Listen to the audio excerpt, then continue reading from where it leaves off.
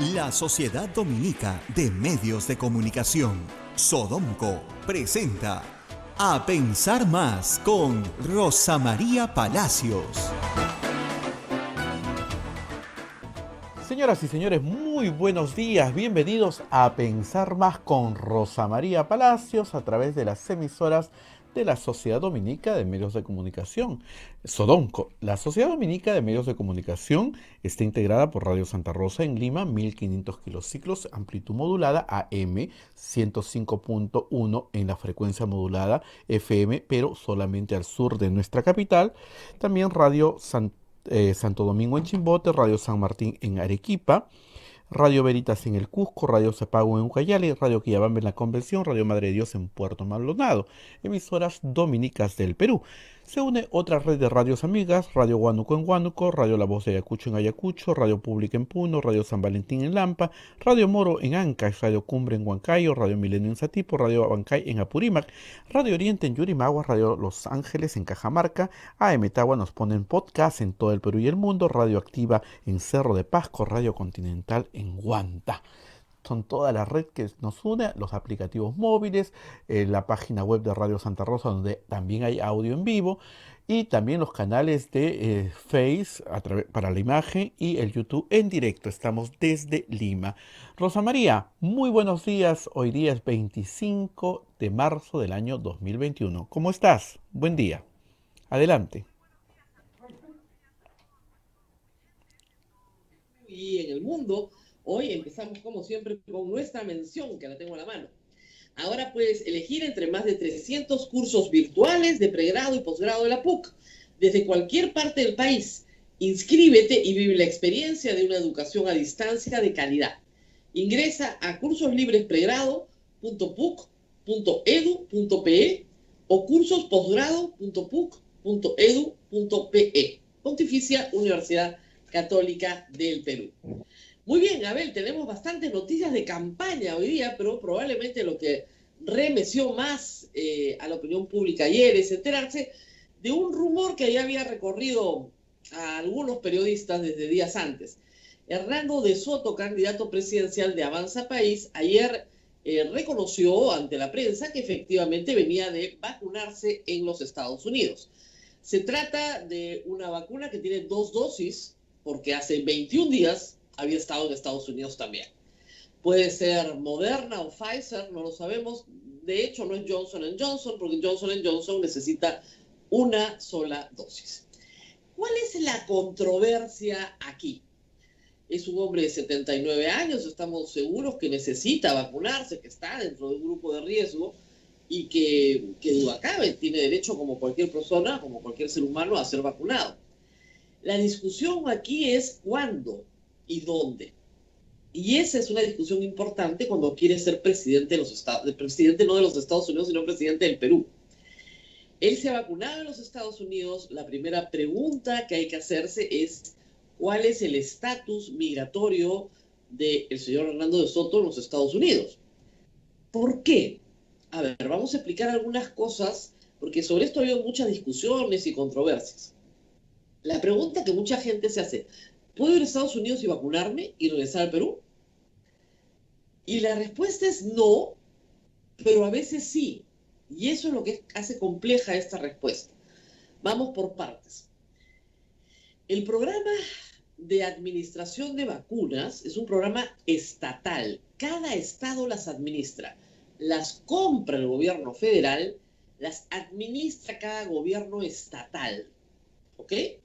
Entonces, el gobierno de los Estados Unidos de Norteamérica, el gobierno federal, el que está en Washington, ese compra ¿a quién? A Johnson & Johnson, a Moderna, a Pfizer. Y distribuye entre los estados de manera gratuita y estos a su vez colocan las vacunas de manera gratuita. No hay que pagar absolutamente nada. ¿Eso quiere decir que las vacunas son gratis?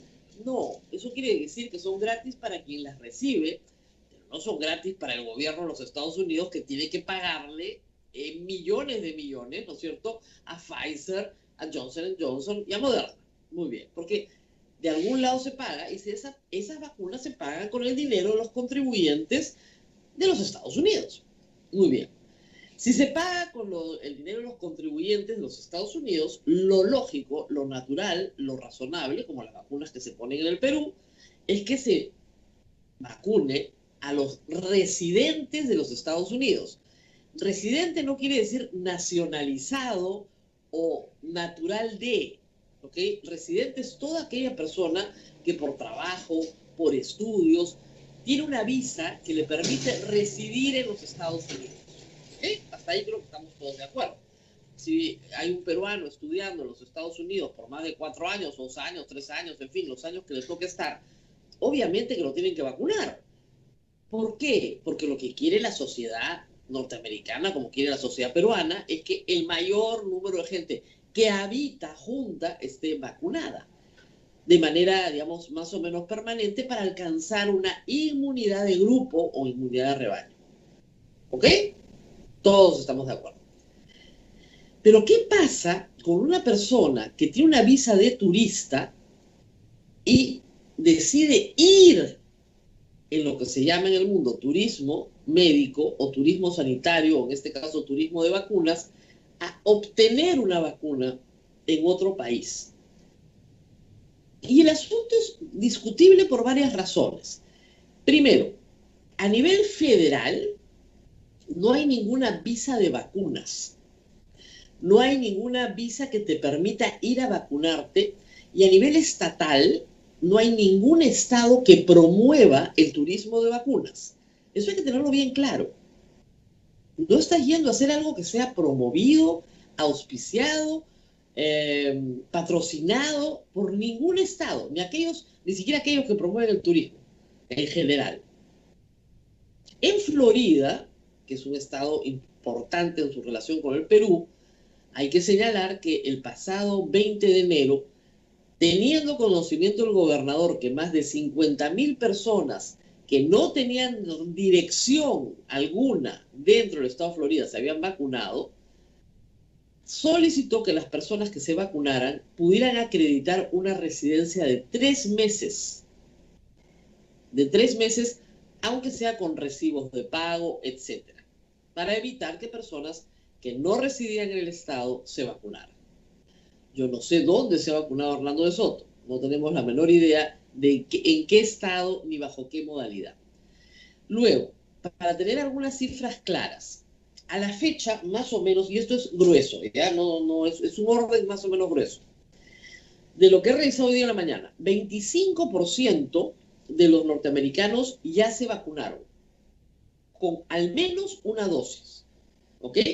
Y de ese 25%, 25% de la población americana se ha vacunado, mayores de edad, ¿no? Al menos con una dosis. Y con las 2 dosis, 14%. ¿Ok? Eso es lo que hay hoy día. No es que ya todos los gringos se vacunaron, como decía ayer. No. Ahora, de los mayores de 65 años, sí se ha vacunado el 70%. Es decir, la primera línea y la población crítica mayor de 65 años, el 70% está vacunado. Por eso es que la enfermedad comienza a ceder, no porque no sea transmisible, sino porque el número de muertos comienza a caer. El plan de Biden era que en los primeros 100 días de su gobierno, que empezó el 20 de enero, más o menos hacia el 1 de mayo, hubieran 100 millones de vacunados. Y ya pasaron los 100 millones de vacunados y creen que podrían duplicar esa cifra porque en la última semana han agarrado velocidad. Creo que hace 3 o 4 días vacunaron 3 millones de personas en un día. O sea, están agarrando mucha velocidad y probablemente logren la meta para el 1 de mayo. Ahora, ¿qué pasa con las personas que van a vacunarse? Peruanas, pasaporte peruano, visa de turismo, que se van a vacunar a los Estados Unidos. La semana pasada circuló una serie de audios en WhatsApps que advertían que las personas que iban a vacunarse y eran descubiertas en migraciones, se les quitaba la visa y se les deportaba. No he podido encontrar ninguna verificación de esa noticia. Hasta el momento no hay ninguna verificación. He tratado de hablar con agencias de viaje, etcétera. No hay ninguna información. Y esa información no la tiene tampoco hasta donde sabemos, la Embajada de los Estados Unidos en el Perú. No hay una información al respecto. Lo que te dicen es lo siguiente: el gobierno federal de los Estados Unidos no promueve el turismo de vacunas. No hay una visa de vacunas, ¿ok? Pero, y acá viene el agujero legal, si un turista, en su condición de turista, necesita en los Estados un procedimiento médico, en los Estados Unidos, ese procedimiento médico se le puede administrar si así lo desea. ¿Ok? Es decir, tú no necesitas un permiso especial para ir a una cita médica, a una consulta médica si tienes una visa de turismo, porque estás de turismo y resulta que te enfermaste, entonces el doctor te tiene que atender. No hay procedimientos médicos que estén prohibidos para un turista, porque tiene que atender su salud y su salud prima. Entonces, aprovechando ese agujero, cientos, si no miles de peruanos se están vacunando en los Estados Unidos. ¿Me entienden el problema? El problema no es que te digan, sí, vente a vacunar, nosotros vacunamos a todos los peruanos que quieran tomarse un avión, llegar a Estados Unidos y vacunarse. Eso no es verdad. No solamente no está permitido, está desalentado, se está exigiendo residencia. ¿Ok? En el caso de del caso de Florida se pidió acreditar 3 meses de residencia con recibo, facturas, ID del Estado. ¿Ok? Muy bien. Pero sí conozco cantidad de casos de gente que ha llegado a farmacias, porque las cadenas de farmacias están administrando la vacuna, y simple y llanamente con su pasaporte se les vacuna. Ya está. Como dicen los gringos, no questions asked. No te preguntamos nada. Llenas una ficha, te vacunan y con esa ficha regresas en 21 días y te ponen, o en 30 días y te ponen la segunda dosis. Eso es lo que está pasando. Muy bien. Ahora, vamos al candidato presidencial. Miren, no hay un problema legal en el Perú. ¿Puede haber un potencial problema legal en los Estados Unidos? Puede. Yo no lo haría. No me jugaría nunca tener un potencial problema legal, porque de hecho no está permitido. Tampoco está prohibido. Y es verdad que un turista puede acceder a cualquier procedimiento médico, pero este no es cualquier procedimiento médico, pues. Es la administración de un bien que es escaso. ¿Ok? Muy bien. Y el señor Hernando de Soto, candidato presidencial, comete, sí, 2 errores políticos serísimos. El primero es no reconocerlo. Ha circulado ayer una entrevista del Trome donde dice que le han ofrecido de otros países, sus amigos muy importantes, muy famosos, ¿no? Y que él está viendo cómo hacer. Cuando de esa entrevista ya se había puesto la primera dosis, de acuerdo al cronograma que se está publicando. O sea, no puede ser que, ¿no? Y lo que ha ido es a ponerse la segunda dosis. Muchos de ustedes dirán, pero ¿qué tiene de malo que una persona quiera salvar su vida? No tiene nada de malo. Pero hay una cola, ¿ok? Es cuando el Titanic se hunde, ¿se acuerdan? ¿No es cierto? Se va hundiendo el Titanic, entonces tú tienes que esperar los niños y las mujeres primero, ¿no? Y de ahí te toca a ti. Esto es más o menos parecido. El señor de Soto, si esperaba probablemente un mes más, y si ha hecho sus aportes a salud durante toda su vida laboral, lo más probable es que, teniendo 79 años, era el siguiente grupo. Y probablemente en un mes, mes y medio, máximo 2 meses, ya estaría vacunado. ¿Cuál es el apuro?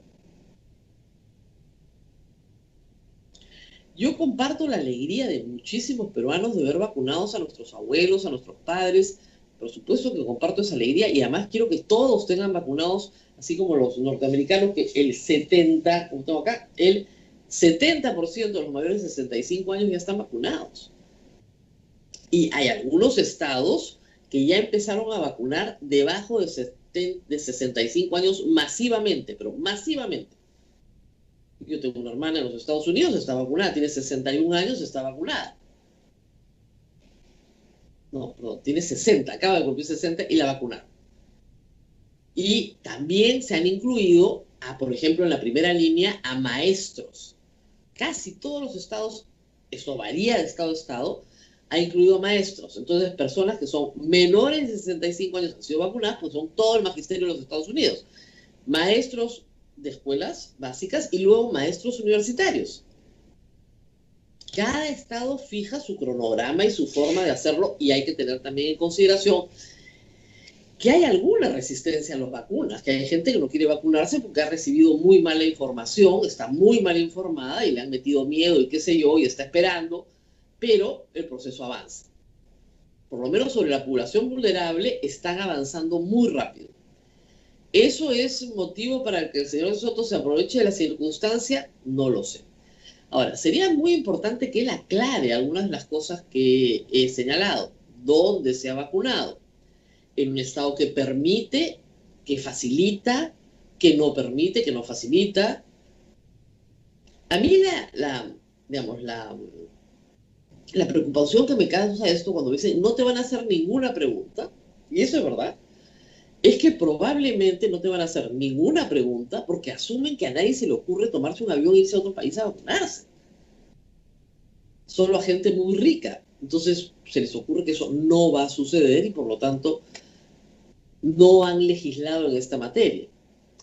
Hay que decir algo más también. Hay estados como California o Texas que tienen una población flotante mexicana que entra y sale por estudios, por trabajo, por intercambio comercial, entra y sale.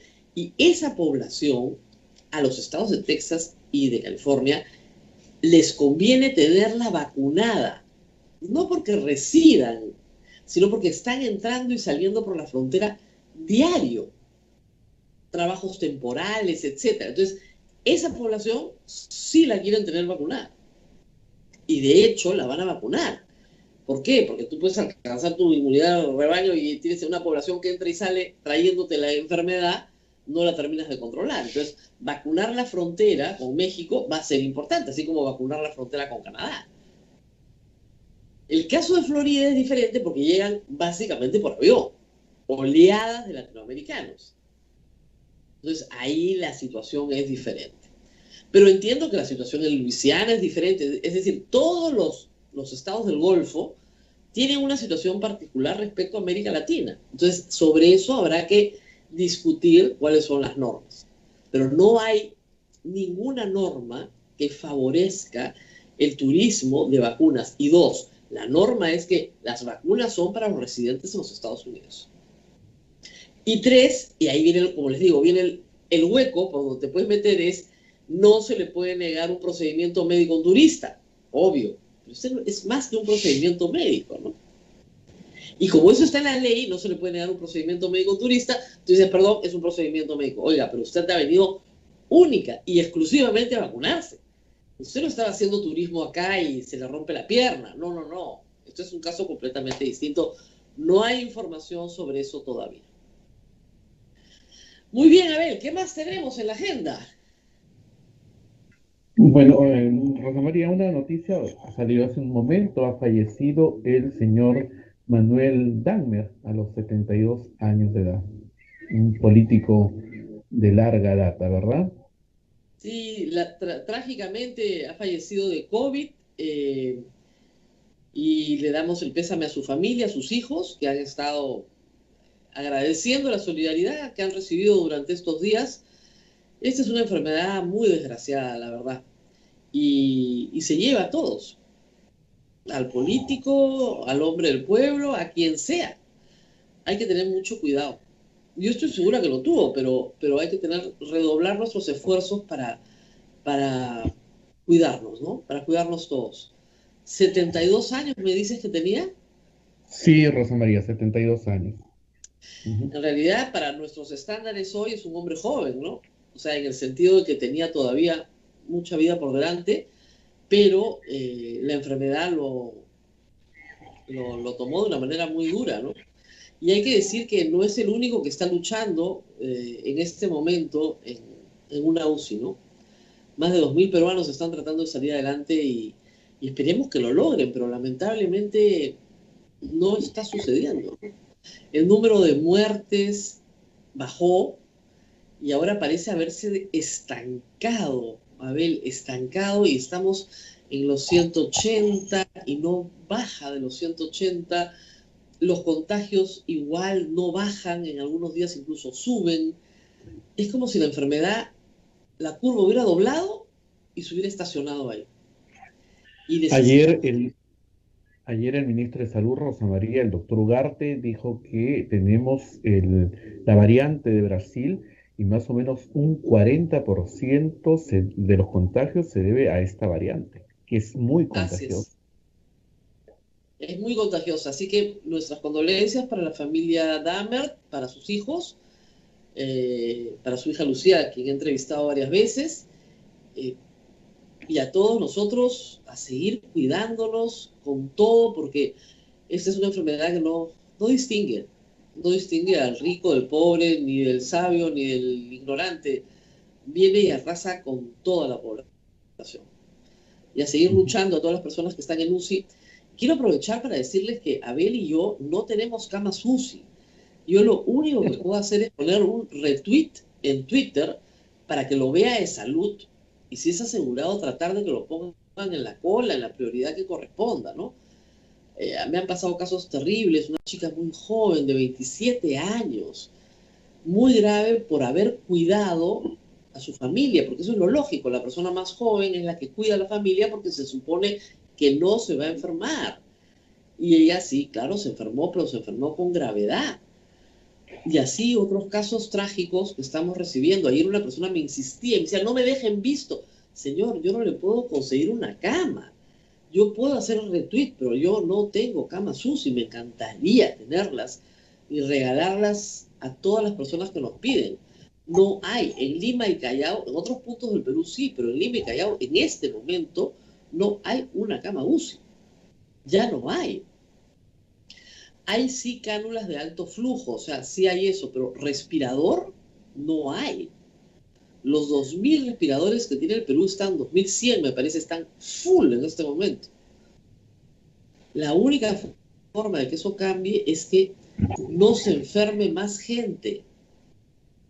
¿Para qué? Para que poco a poco esas camas que se van desocupando y se ocupan por las personas que están esperando, simplemente baje la ocupación y haya una posibilidad, pero es muy importante que no se enferme más gente. Vamos a tener un año entero de vacunación por delante, entonces todavía falta mucho para descuidarnos, falta mucho, mucho, mucho. Ojalá, Abel, que la próxima Navidad la podamos pasar como una Navidad más o menos normal, con algunas precauciones, pero más o menos normal. Pero para eso falta un camino Así largo. es. Y seguimos recibiendo también mucha gente que me dice, mi abuelita está en Padomi, tiene 94 años. Mi consejo, insistan al 107, de verdad.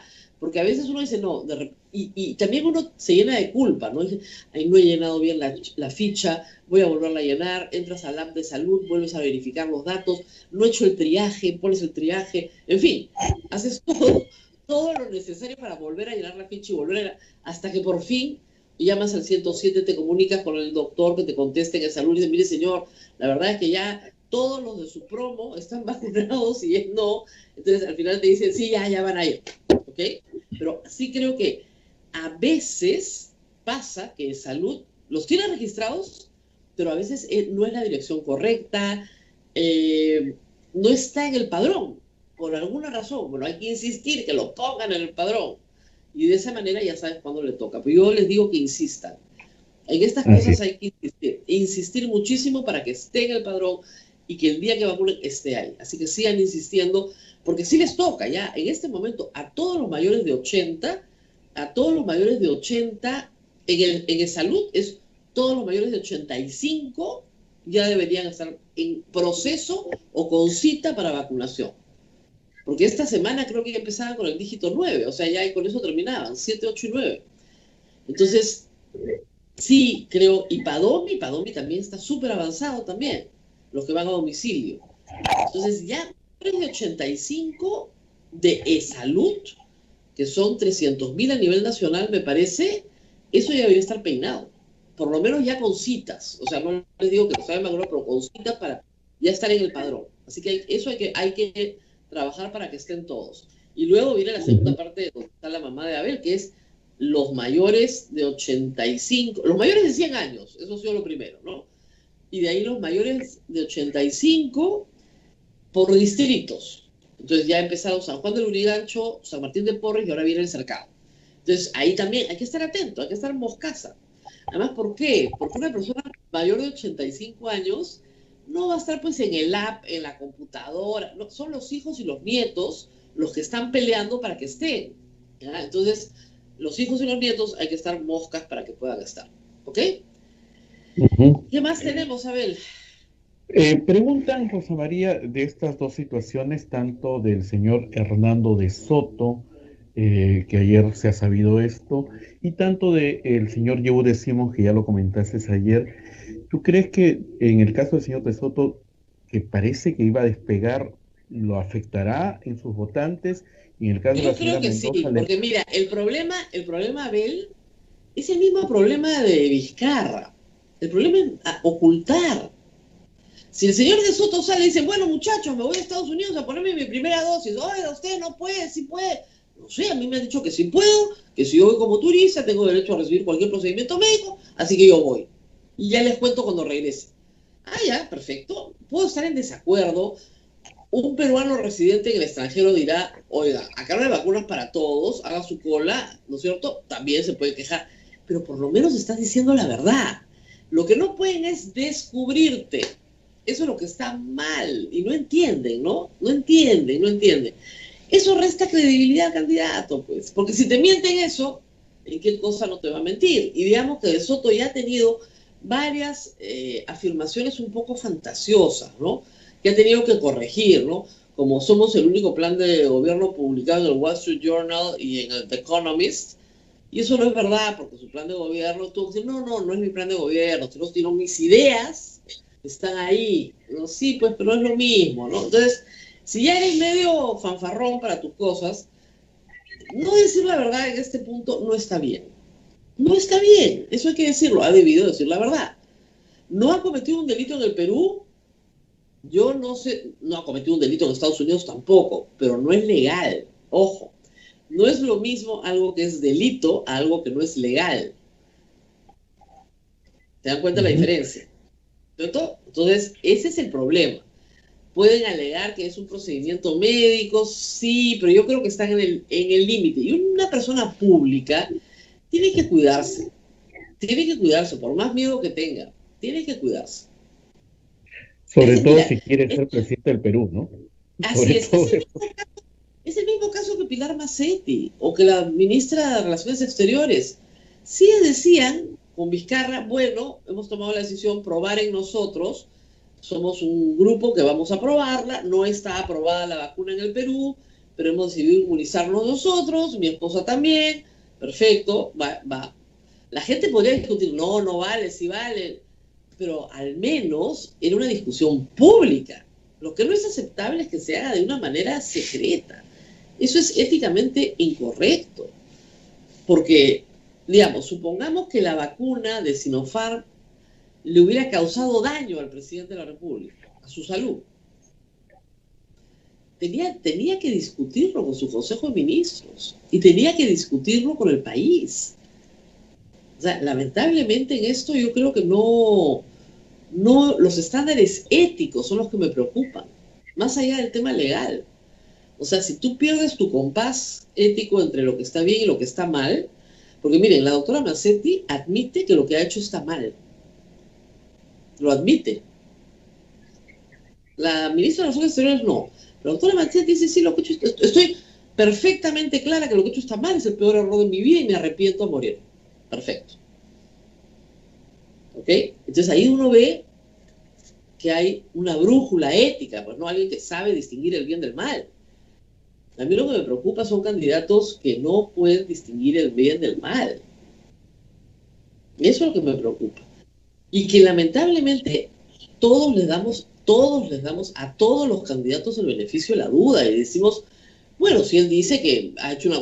Pero en este caso, ¿ya qué le va a dar el beneficio de la duda? Si ha mentido, pues ni siquiera ha llegado al poder y ya mintió. Es muy feo.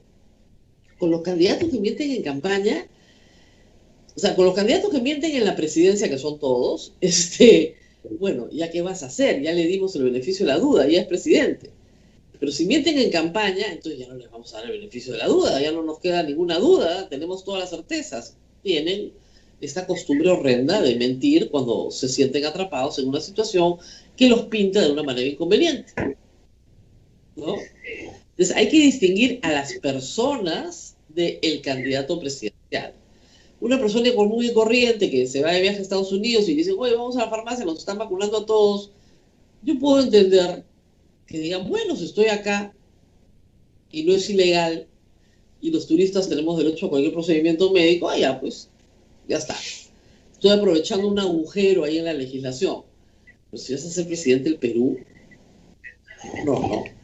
no haces eso, no está bien. Esa es la diferencia. Pero conozco, Abel, muchísimas personas que se han vacunado ya, ¿eh? No pocas, pero montones.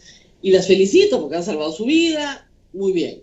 Y muchas con comorbilidades que realmente estaban desesperados porque, o sea, veían que acá la cosa no avanzaba, etcétera. Pero, y obviamente conozco muchos ciudadanos americanos que se han vacunado, están muy contentos y me alegro que lo hayan hecho, peruanos nacionalizados extranjeros. Pero tienes que esperar tu turno, pues. Como decía hace un rato, es como lo del Titanic. Si el barco se hunde, tú no te abalanzas sobre el bote salvavidas, ¿no? O sea, hay unos turnos. Primero van los niños, después van las mujeres, después van los viejitos, después, ¿no?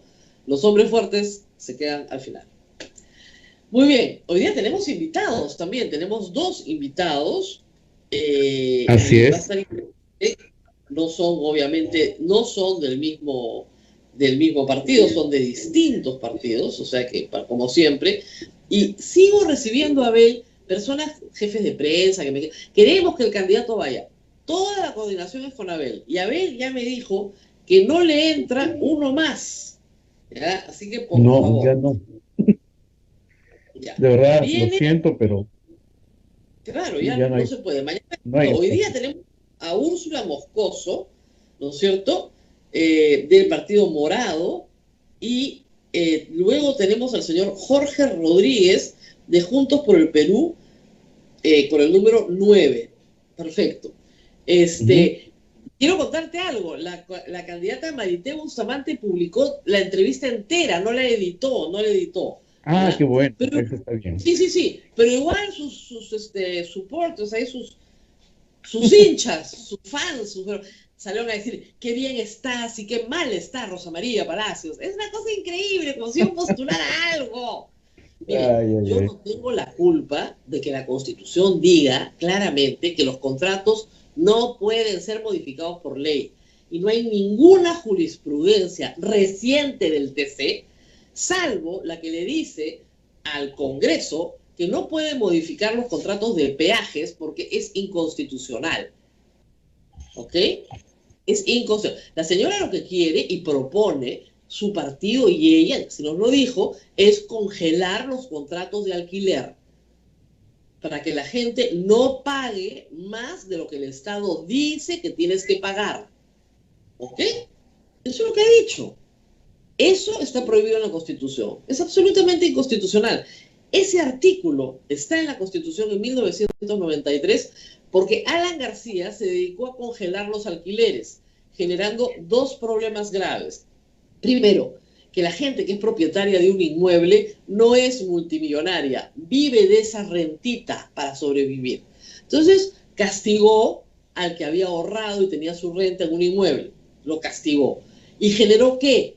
Que no hubiera un mercado de alquiler, que no hubiera un mercado de alquileres en el Perú. Ustedes no se imaginan lo que era alquilar un departamento en 1990 en Lima. Era misión imposible. Te pedían un año de adelanto. En esa época te pedían un año de adelanto para poder alquilar. Y solo le alquilaban a extranjeros, porque si no, te quedabas para siempre. Y te congelaban el alquiler. Entonces, ya hicimos ese experimentito, ya se hizo.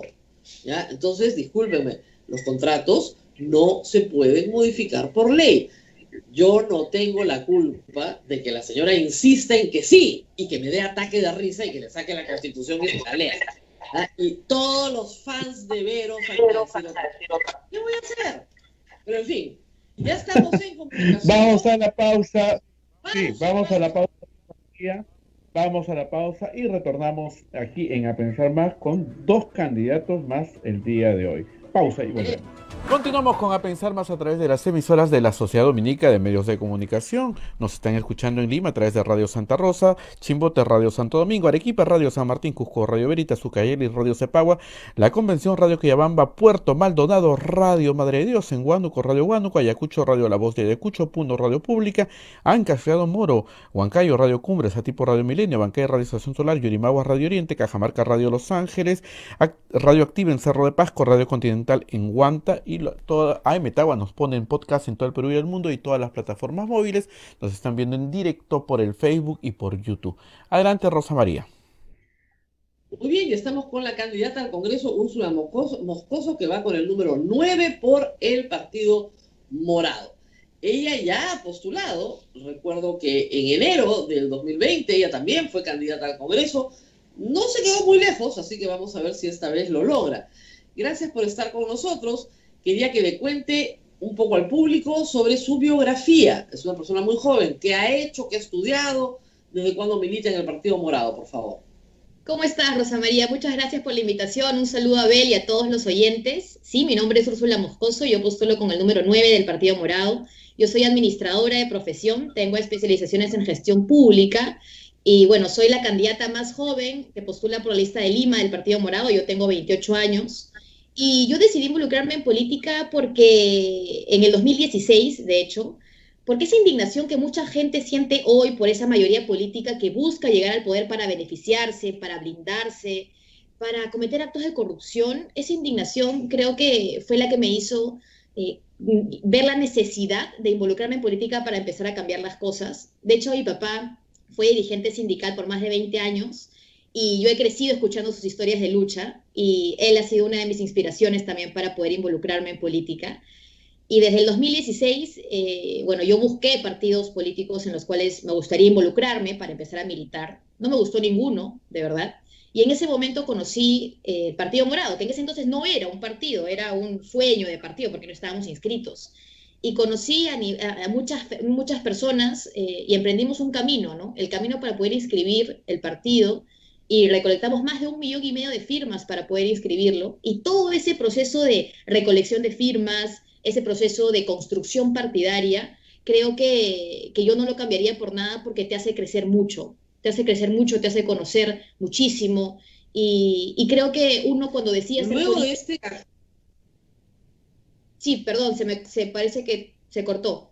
Hemos perdido un ratito, hemos perdido la conexión, estamos perdiéndola, pero la vamos recuperando poco a poco porque es inestable. Y está inestable como la candidatura de Julio Guzmán, más o menos.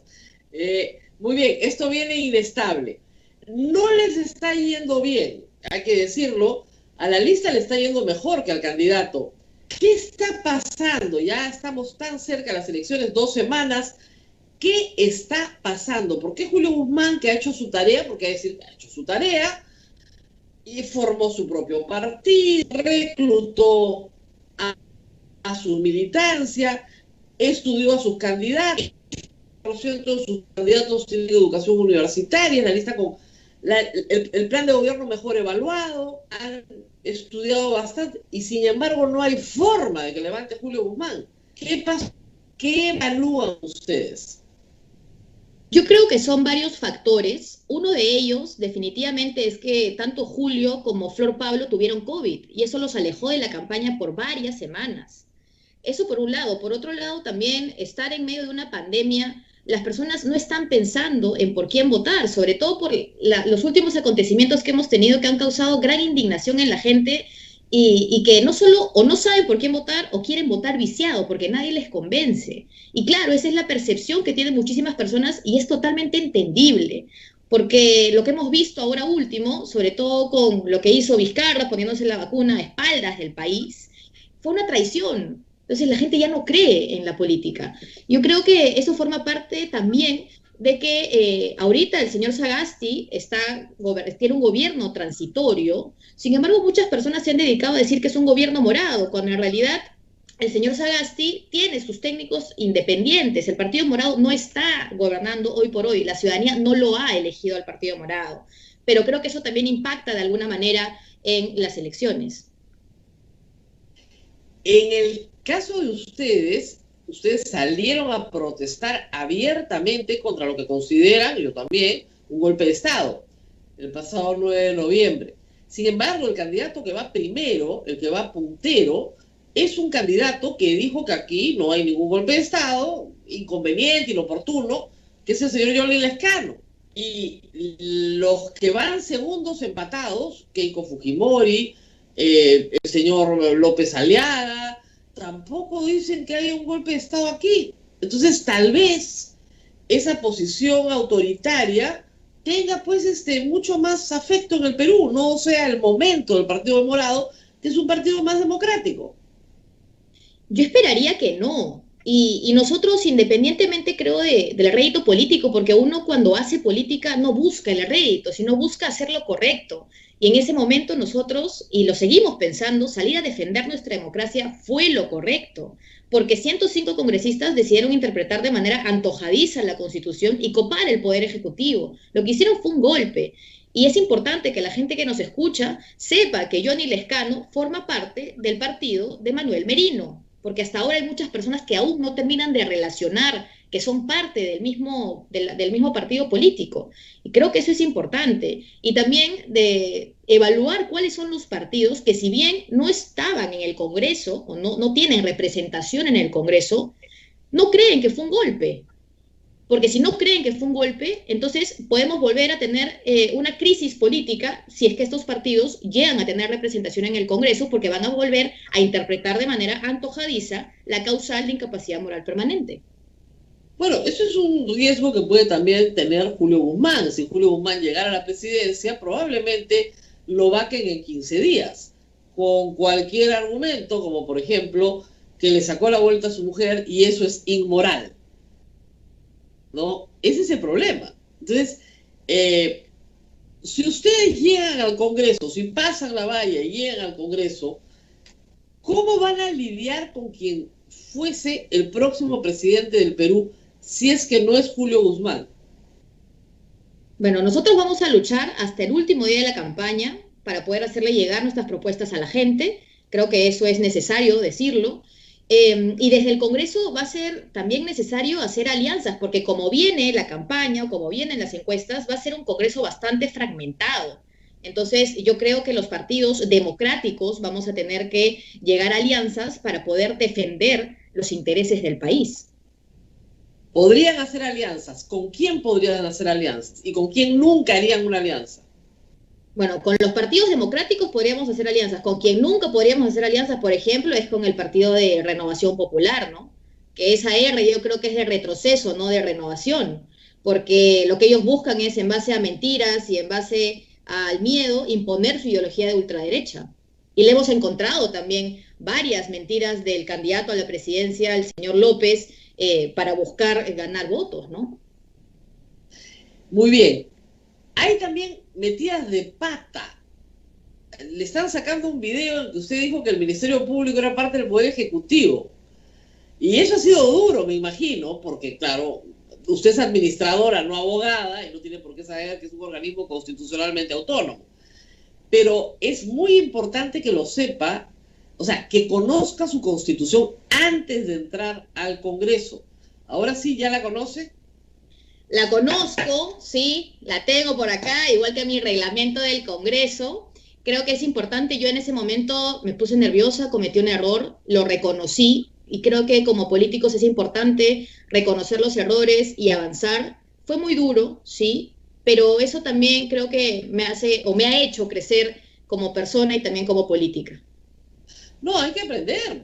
Nadie nace sabiendo, ¿ah? Y usted es muy joven y efectivamente nadie tiene por qué saber, ¿no? Pero sí, efectivamente, el cargo al que usted va es un cargo que sí requiere que lo sepa, porque va a legislar sobre esos organismos, va a intervenir legislativamente en la vida de otros organismos del Estado y tiene que conocer cómo funcionan.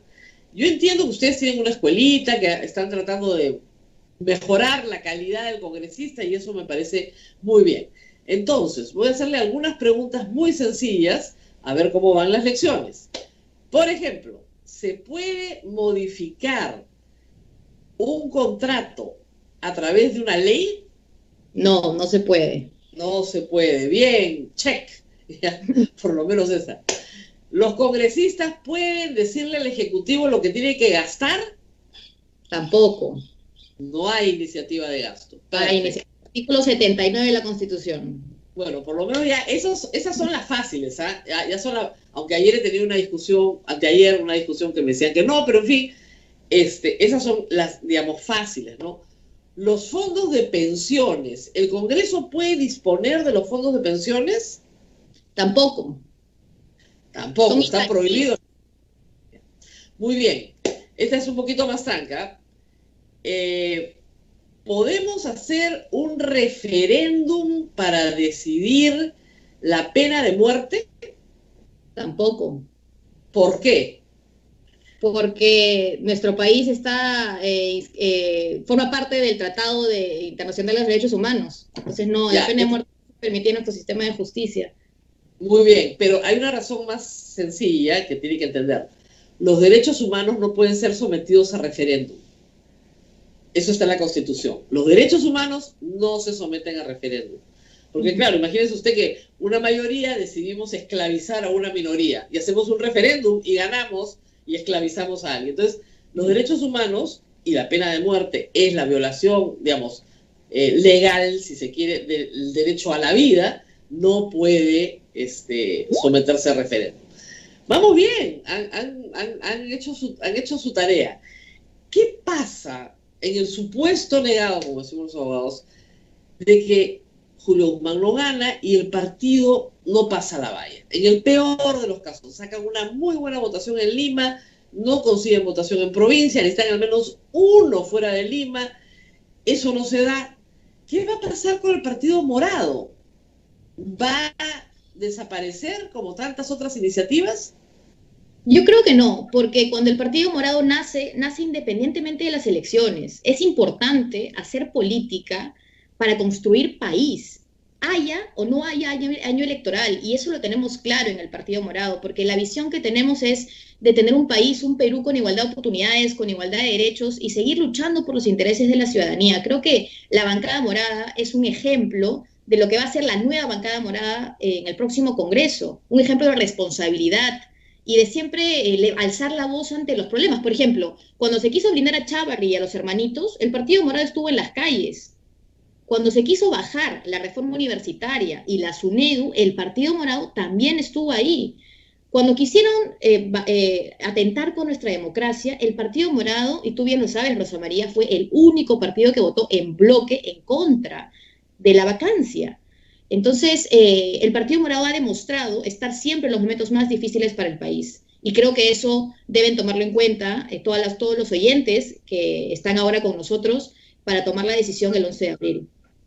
Ahora, hay que decir que han habido divisiones internas en la bancada y que varias veces, en momentos críticos, las votaciones no han sido unánimes. Recién se han disciplinado, digamos, en los últimos 4 meses, antes o 5 meses antes del golpe ahí, pero al principio se abstuvieron en la norma de peajes, que es una barbaridad, es una inconstitucionalidad, pero para un estudiante de primer ciclo, tanto es así que por unanimidad el Tribunal Constitucional la declaró inconstitucional y el Partido Morado se abstuvo. Y en el tema de pensiones, en la primera votación, recordemos que el presidente Sagasti se abstuvo. Y yo siempre recuerdo que Zenaida Solís y Carolina Lizárraga votaron a favor de una norma que ha sido ya declarada por el Tribunal Constitucional manifiestamente inconstitucional. Entonces, es difícil, yo sé que es impopular defender la Constitución muchas veces, pero esa es la diferencia entre un partido con ánimo de permanencia y un partido electorero. Entonces, yo quisiera saber cómo se van a comportar. Creo, Rosa María, que como partido nuevo, porque es nuestra primera bancada en un congreso, hemos aprendido a llegar a acuerdos. Y desde hace ya varios meses, todas las decisiones y todas las votaciones que tenemos en el Congreso son en bloque. Y creo que eso también es importante reconocer, porque lo hacemos por convicción. El Partido Morado nació justamente por convicción de buscar un país mejor. Y porque sería muy fácil, ¿no? Cambiarse de nombre, cambiarse de símbolo, cambiarse de color y ya estar listos para postular, que son los famosos partidos cascarón, que pertenecen a alguien, pero usan el partido para otra persona para que se pueda postular al Congreso, a la presidencia de la República. Pero eso no es el Partido Morado. Y creo que por lo menos los últimos meses sí hemos demostrado gran responsabilidad. Los primeros, evidentemente, hemos tenido que poder llegar a acuerdos internos dentro de la bancada. Ahora, la nueva bancada morada va a continuar con el trabajo que viene haciendo esta bancada morada. Claro, hay una continuidad porque no hay reelección de congresistas, pero sí los proyectos los van a llevar.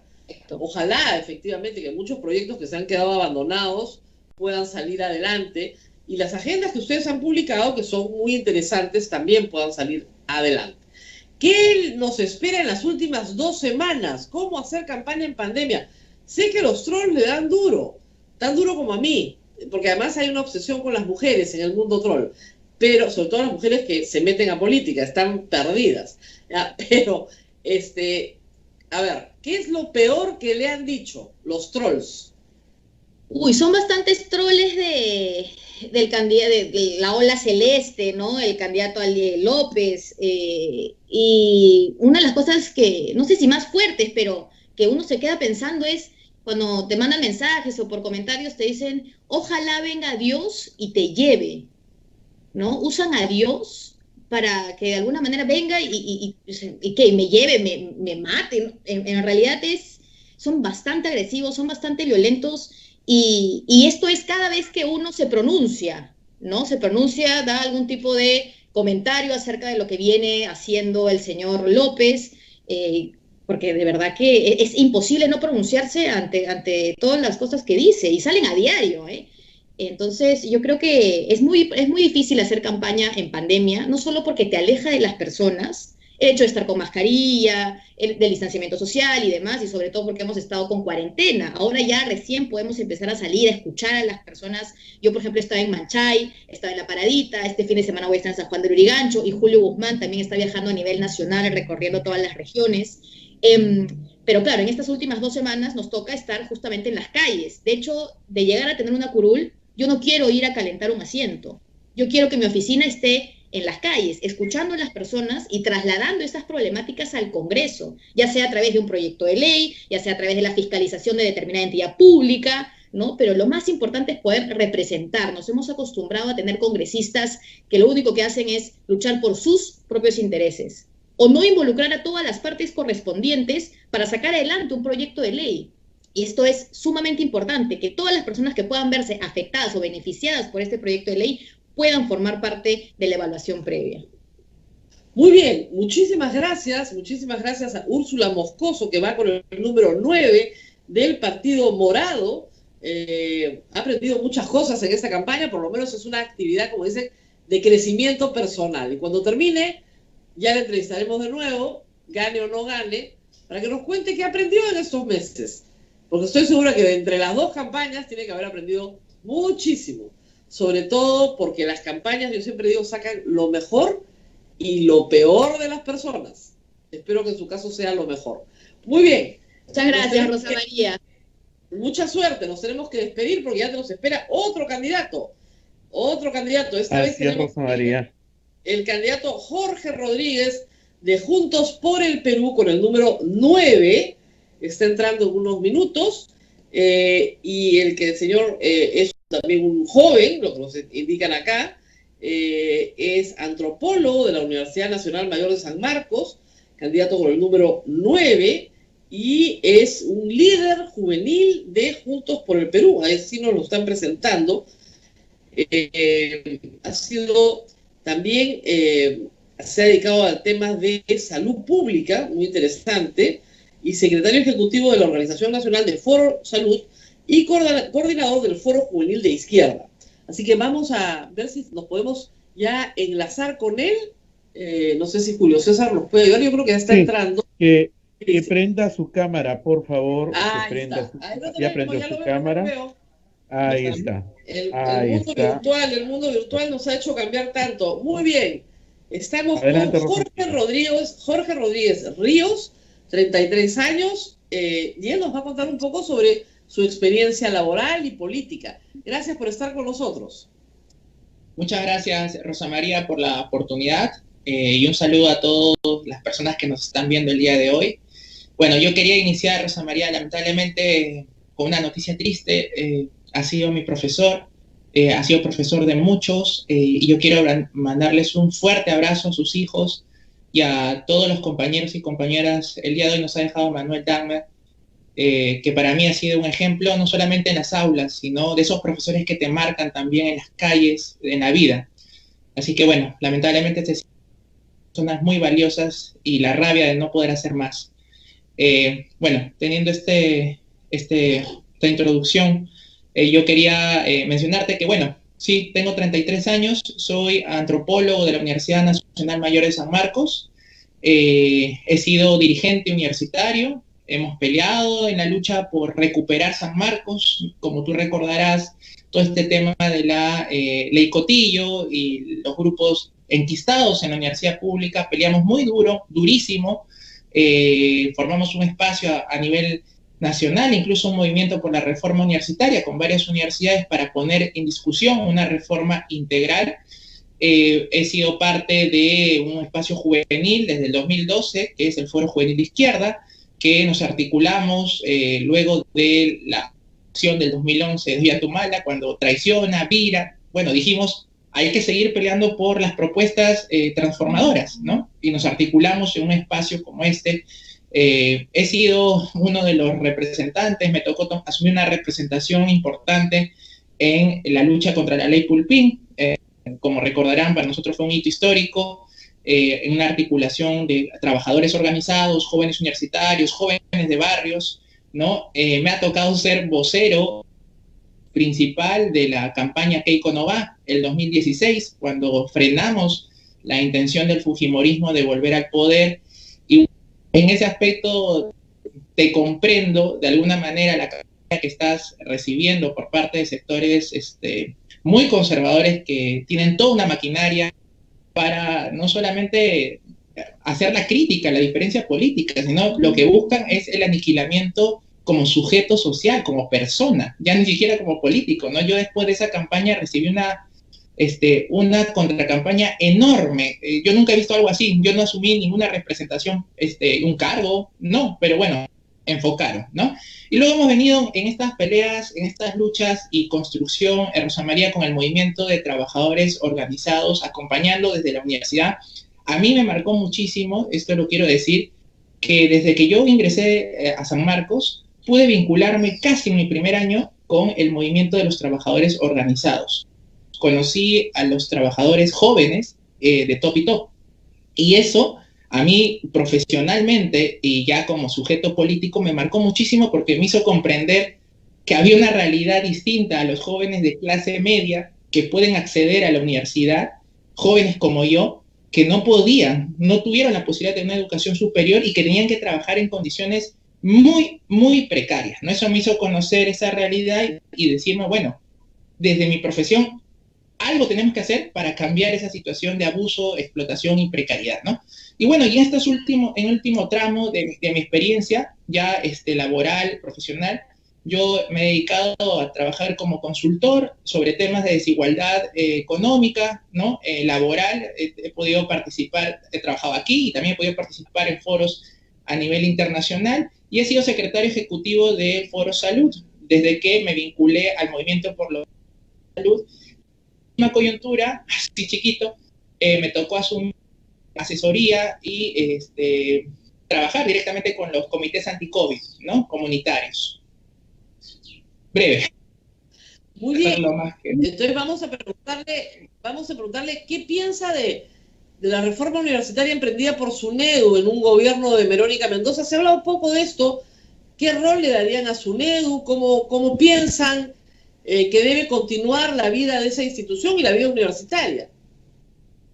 Nosotros creemos que debe fortalecerse SUNEDU. Nosotros veíamos una necesidad de que exista una instancia en el Estado que pueda de alguna manera fiscalizar, organizar a la propia universidad, la universidad en el país, no solo la universidad pública, la universidad, a la educación universitaria superior, porque lo que veíamos es que existía muchísima anarquía, Rosa María, existía mafias enquistadas en las universidades, Y bueno, y la universidad con fines de lucro, que fue una invención de la constitución fujimorista y del fujimorismo, y que todos estos años ha sido la forma como se ha estafado a miles de jóvenes y familias, y que ahora incluso varios de ellos, de universidades no licenciadas, están en el aire. Yo he podido hablar con varios de los estudiantes y me dicen, Jorge, ya está bien, la universidad falló, fallaron los dueños, ¿y nosotros qué va a ser de nosotros? Es un problema grave que tenemos que ver cómo lo solucionamos, ¿no? Bueno, SUNEDU ha propuesto un plan de traslados, ¿no? No son estudiantes que se quedan en el aire al día siguiente, hay 2 años de transición, hay un programa de transición y traslados, y hay que decir que lo que se ha logrado es que muchas universidades hayan invertido mucho para mejorar sus estándares, no solo las públicas con dinero del Estado, sino las privadas. Entonces, eso ha mejorado la calidad. Ahora, y sí, claro, hay que fortalecer el programa de traslados para que nadie se quede sin universidad. Pero hay otros problemas por la pandemia vinculados a salud, también universitarios. Miles de jóvenes peruanos han dejado la universidad pública y privada, o sea, ambas, porque justamente no tienen la capacidad de interconectarse, sus familias están en una situación de precariedad económica. ¿Qué proponen para esos jóvenes, siendo usted joven, que en este momento tienen que ir a votar, pero que tienen el sueño de terminar su carrera y que probablemente ven que ese sueño se está yendo de sus manos?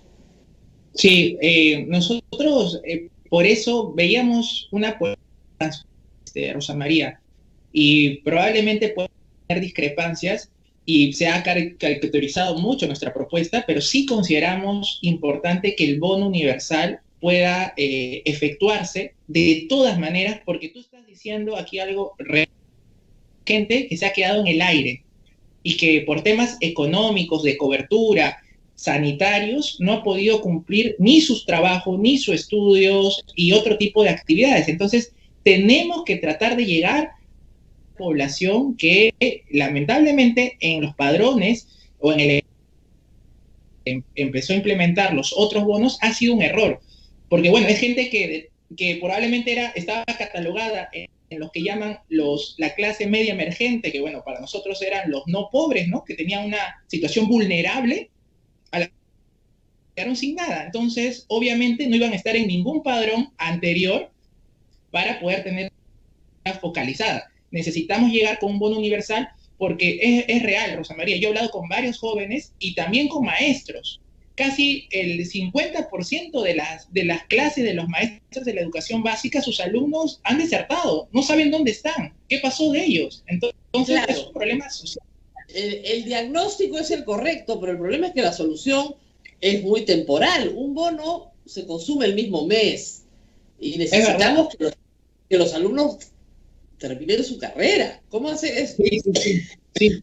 O sea, creemos que el bono es necesario para lo inmediato, ¿no? Y sí pensamos que debe haber una más a mediano plazo que permita garantizar que se recupere materia económica y también sanitaria. En ese sentido, creo que varios candidatos de alguna manera han expuesto el plan inmediato, económico y laboral que tenemos para reactivar la economía, teniendo los cuidados, poniendo la salud por delante, y que de esta manera también los jóvenes que quieren terminar sus universidades puedan tener algún tipo de apoyo y cobertura por parte del Estado. Yo he estado en varias estudiantes y las universidades públicas están llegando a acuerdo con las propias autoridades para que las universidades le den las mayores de las facilidades para que puedan completar los ciclos, los cursos que están llevando. Y uno de los problemas más grandes que teníamos era, por ejemplo, el problema de la conectividad. Parece una cosa surrealista, ¿no? Para mucha gente que no lo siente, pero sí, un gran porcentaje de estudiantes universitarios no tiene la posibilidad de tener internet propio de calidad, y simplemente ahora el internet se ha convertido en una barrera. Si tienes, bien, si no, quedaste fuera, no pudiste hacer más. Bueno, de acuerdo, el problema de la universidad pública es ese, porque la planilla está cubierta por el Estado, los gastos están cubiertos por el Estado. El problema es que los alumnos no se pueden conectar. ¿Qué proponen ustedes para que los alumnos sí se puedan conectar? Nosotros habíamos planteado poder darle ¿no? A los estudiantes estudiantes universitarios para que no tengan el impedimento concreto de poder acceder a conectividad y al internet. Para renovar clases presenciales, volver a las clases presenciales, eso todavía es un albur, es una incertidumbre tremenda con esta segunda ola y ya la tercera que está viendo en Europa y probablemente llegue aquí de alguna manera en estos meses, porque no hemos salido ni siquiera de la segunda, entonces hacen que el regreso a las clases probablemente se postergue por mayor tiempo, ¿no? Que es lo real. Efectivamente, yo calculo que este año no van a haber clases presenciales. Ojalá el próximo, pero este no. Por lo tanto, hay alumnos que van a haber perdido 2 años de clases presenciales, pero que han salvado lo que han podido por WhatsApp, pero no es lo mismo, pues no evidentemente es lo mismo, para nada es lo mismo.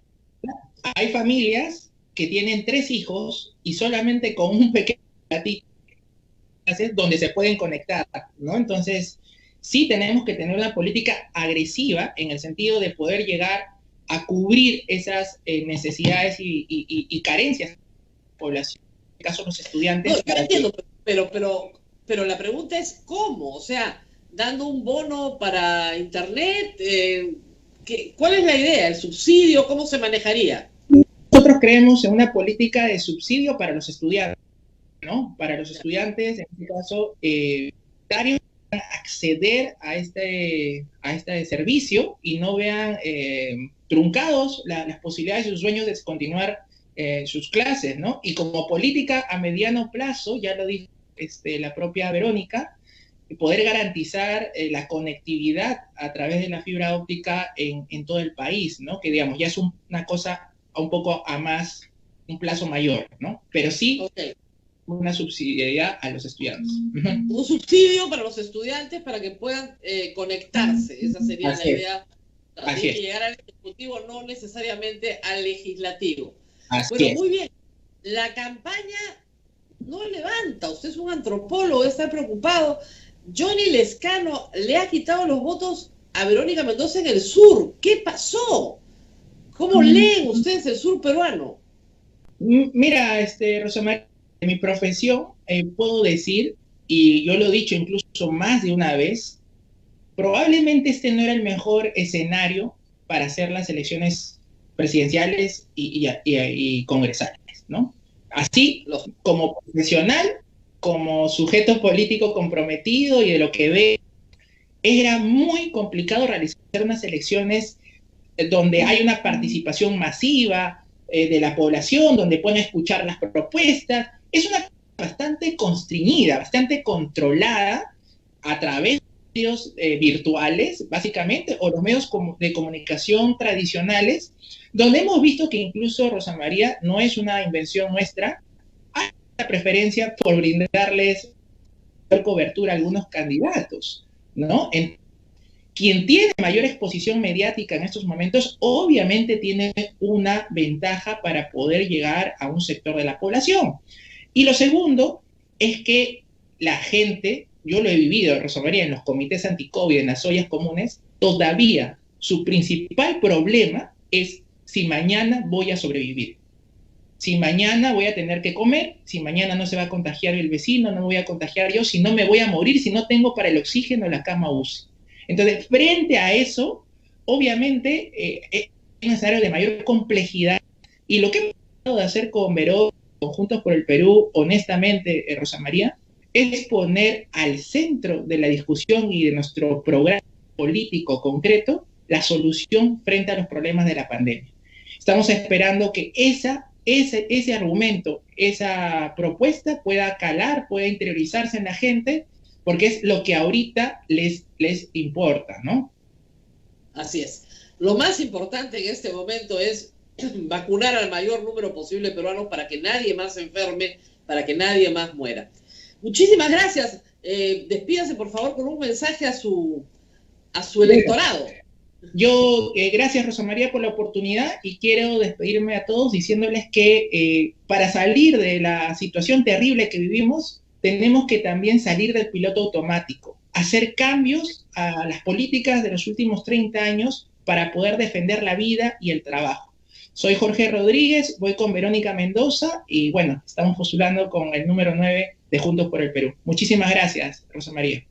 Un favor, señor Rodríguez, que no me editen esta entrevista sus trolls, sus verolovers, y me insulten, por favor, como hacen cada vez que entrevisto a alguien de Juntos por el Perú.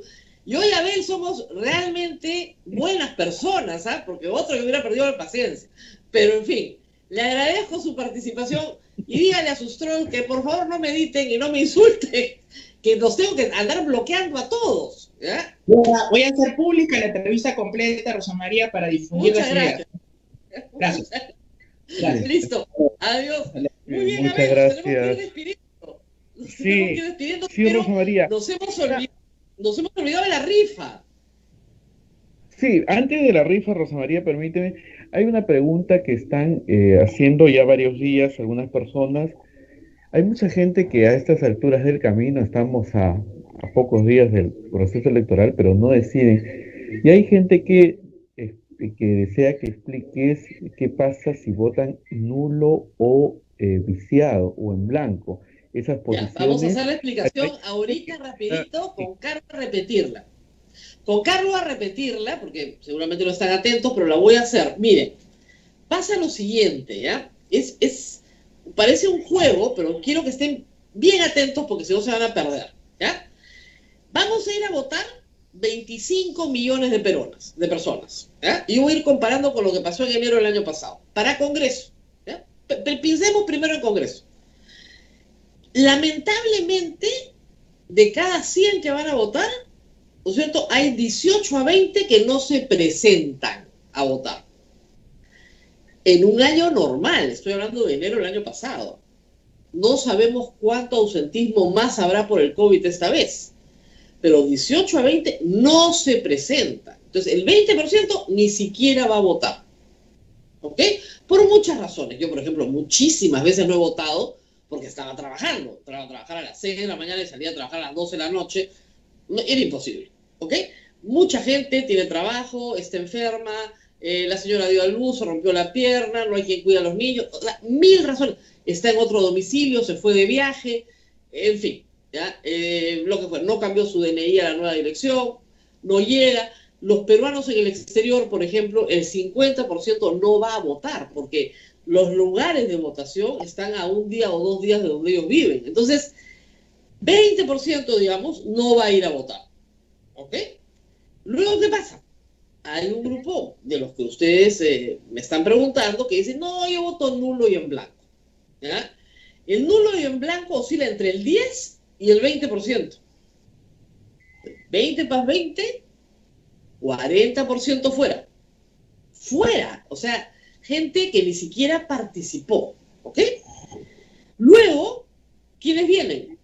Los que votan por partidos que no pasan la valla.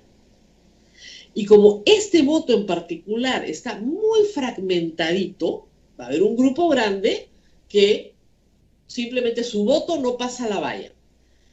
El último referente que tenemos de eso son las elecciones de enero del 2020. Los votos que no pasan la valla suman casi el 20%. 20 más 20 más 20, 60% de los votantes peruanos no están representados en el Congreso. ¡Chu! Salen. ¿Qué pasa con eso? Se reparte proporcionalmente entre los que sí pasaron la valla. Entonces, su voto, su ausencia o su nulo, lo único que hace es levantar el porcentaje de aquellos que sí pasaron la valla. ¿Le parece un buen negocio? No es un buen negocio. No se le ocurra hacerlo. Vaya a votar, vote, trate de votar por un partido que va a pasar la valla, de tal manera que su voto esté representado en el Congreso. Que ese representante suyo le responda alguna vez. Reitero, en este Congreso que estamos sufriendo hoy, porque lo estamos sufriendo, ¿no es cierto?, solo están representados el 40% de los electores del padrón total, de los 24 millones y tantos que fuimos a votar el año pasado. Solo el 40% está representado. El otro 60% no está representado. Eso es malo. Porque uno dice, oye, este Congreso no me representa, no entiendo por qué. Probablemente porque no fuiste a votar, o votaste nulo, o votaste por un partido que no pasó la valla. Entonces, ¿cómo te va a representar? No te va a representar. El problema es que eso que deberíamos ser los menos, es decir, siempre que es un 20, 30%, podemos terminar siendo los más. Y terminar siendo 70% en esta elección que no estamos representados en el Congreso. Y lo mismo va a suceder con el voto presidencial. Miren, en las elecciones del 2016, en primera vuelta, Keiko más Kuczynski sumaban, más o menos, ellos dos, el 60% del voto del Perú. Ah, bueno, es bien representativo. Pero ¿qué va a pasar si los dos primeros que pasen ahora sumen el 25% del voto nacional? Que son poco representativos. Y eso es muy malo para la representatividad que tienen que tener nuestros líderes políticos. Entonces, yo no les recomiendo que voten nulo y blanco por esa razón. Hay veces que por una cuestión ética, sí, pues la verdad es que todo es tan malo que ¿qué vamos a hacer? Pero en primera vuelta habrá algo más o menos bueno, pues no, o sea, alguito, no es bueno, pero ya, para pasar, ¿no? Pero en segunda vuelta yo sí entiendo que muchas veces uno diga, no, ninguno de los dos. Ya, pues son dos, ninguno. Que gane cualquiera, ¿ok? Pero cuando tú en primera vuelta haces eso, estás construyendo un Congreso donde finalmente tú estás votando por todos, porque tu voto desaparece y ese porcentaje se redistribuye y se convierten en votos válidos, ¿no es cierto? Y todos suben proporcionalmente. Ese es el problema. Entonces no lo hagan. Voten. Y bueno, asuman las consecuencias, ¿no? O sea, si no les gusta lo que hizo el grupo por el cual ustedes votaron después, bueno, castíguenlo con su voto ahora, pues. O sea, si no les gusta lo que pasó lo que usted votó en el año de enero del 2020, no le gusta hoy día, no lo premien, pues. ¿No? Para eso sirve el voto también, para premiar y para castigar. Muy bien, Abel. Ahora sí, nos vamos despidiendo. Así es, Rosa María. Ahora sí, la rifa. La rifa. La rifa. Sí. Como ustedes saben, a diferencia de lo que dice el señor López Aliaga y sus secuaces, nosotros somos una radio pastoral que no tiene subsidio del Estado, no tenemos relación alguna con el Estado y tenemos un auspicio últimamente, estamos muy agradecidos, pero vivimos de la caridad pública, vivimos de rifas. Y este 31 de marzo tenemos una gran rifa, parcial, pero gran, de 400 soles. Y pedimos que por favor ingresen a la página web de Radio Santa Rosa, donde están todos los datos. Y ahí van a encontrar la rifa que vale 5 soles por rifa, para que ustedes nos ayuden a subsidiar todos los costos, que no son muchos, pues somos una radio muy modesta, muy chiquita, pero hay que pagar la luz. Como dice Abel, lo más caro de esta radio es la luz. Entonces, la electricidad la necesitamos para poder transmitir, si no, no podemos transmitir. Entonces, si les gusta este programa, necesitamos electricidad. Como necesitamos electricidad, necesitamos plata. Y como necesitamos plata, les pedimos que compren la rifa, por favor, para poder llegar a fin de mes. Les digo para los que nos escuchan por radio, porque los que nos ven por la plataforma de Facebook y YouTube están mirando el banner, pero para los que nos siguen por radio, les digo que van a la gente más cercana a su casa del BCP y la cuenta es 193-2200353087. Le toman una fotito al voucher y lo envían al WhatsApp 959-67-66-2. Repito, 959-67-66-2, y así nos están ayudando a sostener nuestra emisora. Bien, Rosa María. Hoy día ha habido pocos trola, pero ha habido. No te creo, se están reagrupando. Anoche aparecieron de nuevo, ¿sabes que se habían ido durante el día? ¿Ya? Ya después de que López Aliaga dijo que Biden le iba a regalar vacunas y que tenía que ir a recogerlas, y la Cancillería sacó un comunicado diciendo: nadie nos ha ofrecido regalos de vacunas. Y es demasiadas mentiras, pues, ¿no? Yo creo que la planilla se acaba. Yo estoy esperando el 11 de abril, la verdad, para que se acaben, porque Bueno, yo calculo que para el 31 de marzo van a aparecer, para, digamos, la última pelea, digamos, van a aparecer del 1 al 11 de abril, ¿no? Muchísimos más. Pero he bloqueado mucho, entonces reproducirse les está costando, por lo menos conmigo, y espero que contigo también. Pero sí, los recibimos todos los días. Miren, Pero acá, ustedes no tienen... Rosa María, del Facebook se van al YouTube, ¿ah? Así, Ah, hacen sí. son muy hinchas del Les pagan programa, por que quieren eso. verlos por YouTube y por Facebook. O sea, mira, Así es. sería ideal que lo que gasta el señor López Aliaga en sus trolls lo donara, hombre que es tan generoso, tan bueno con la Iglesia Católica, que lo donara a la Orden Dominica. Nos encantaría para poder hacer tantas obras de bien que hacemos nosotros. Sería lindo, en vez de que esté gastando esa plata en insultarme a mí y a ti. Pero en fin, yo ya estoy acostumbradísima, no se preocupen, que yo ya ni siquiera, solamente los expongo para que ustedes sepan lo que está pasando, ¿no? Y además lo increíble, Abel, es que la mayoría de cuentas raras, no te imaginas la cantidad de pornografía que siguen. Tienen seguidores de cuentas pornográficas. Yo en mi vida había visto una cosa semejante. Es un asco, ¿eh? Pero esos son sus seguidores, cuentas pornográficas.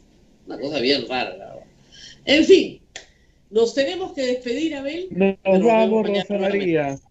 Mañana tenemos programa, un invitado nomás, porque es programa un poco corto, así es que mañana un invitado nomás, ¿ya? Cuídense mucho, que pasen un bonito jueves. Chao, chao. Nos vemos. Hasta aquí, A Pensar Más con Rosa María Palacios. Este programa fue producido por la Sociedad Dominica de Medios de Comunicación, Sodomco.